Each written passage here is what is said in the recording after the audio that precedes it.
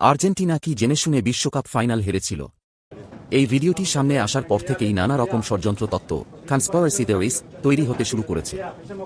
এর মধ্যে সবচেয়ে জোরালো তত্ত্বটি হল যে আর্জেন্টিনাকে এই ম্যাচটি হারতে বাধ্য করা হয়েছিল এবং এর জন্য কেবল এই একটি ছবিকেই কারণ হিসেবে দেখানো হচ্ছে।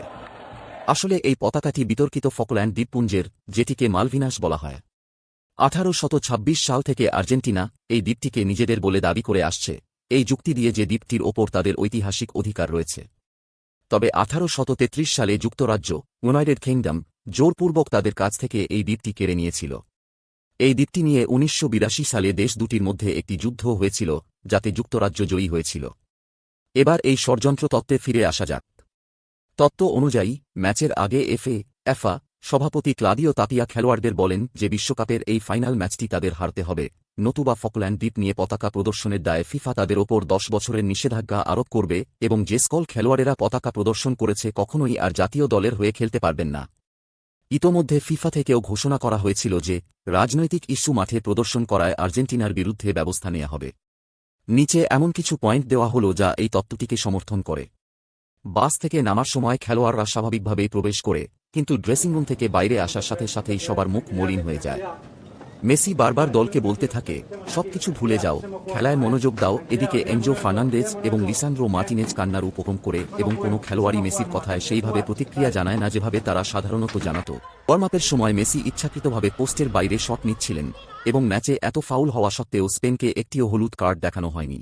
পুরো বিশ্বকাপ জুড়ে যে আর্জেন্টিনা একটি আক্রমণাত্মক ও হাইপ্রেসিং ফুটবল খেলে এসেছে, তারা হঠাৎ করেই রক্ষণাত্মক হয়ে পড়ে, যার ফলে মেসি ও আলভারেজ তীব্রভাবে একা হয়ে পড়েন। যে খেলোয়াড়ের গোলের সুবাদে আর্জেন্টিনা ফাইনালে পৌঁছেছিল তাকে ম্যাচেই নামানো হয় না।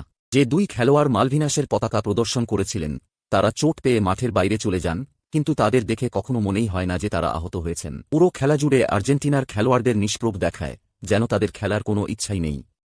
খবর অনুযায়ী কোনো আর্জেন্টাইন খেলোয়াড়ের পরিবারই স্টেডিয়ামে আসেনি, যা নিজেই বেশ চাঞ্চল্যকর। ওটামেন্দি এবং লিসান্দ্রো মার্টিনেজ ডোনাল্ড ট্রাম্পের সাথে হাত মেলান না। তাই যদি সংক্ষেপে বলি, ফিফা এই ম্যাচে আর্জেন্টিনাকে 10 বছরের নিষেধাজ্ঞার হুমকি দিয়েছিল।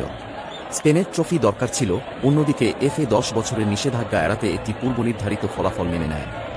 তা না হলে আর্জেন্টিনার মতো একটি দল কেন ফাইনালে নিষ্প্রাণ হয়ে গেল? আর এর পেছনে শুধু ফিফাই নয়, অনেকে বরং উয়েফা, ব্রিটিশ সরকার ও যুক্তরাষ্ট্র সরকারের হস্তক্ষেপও আছে বলে মনে করছেন। যদি নিরপেক্ষভাবে আমার কাছে জানতে চান, তাহলে আমি বলবো এই ম্যাচে অবশ্যই কিছু একটা ঘটেছে, হয়তো ভবিষ্যতে বা 5, 10, 20 বছর পর যখন এটা প্রকাশ পাবে।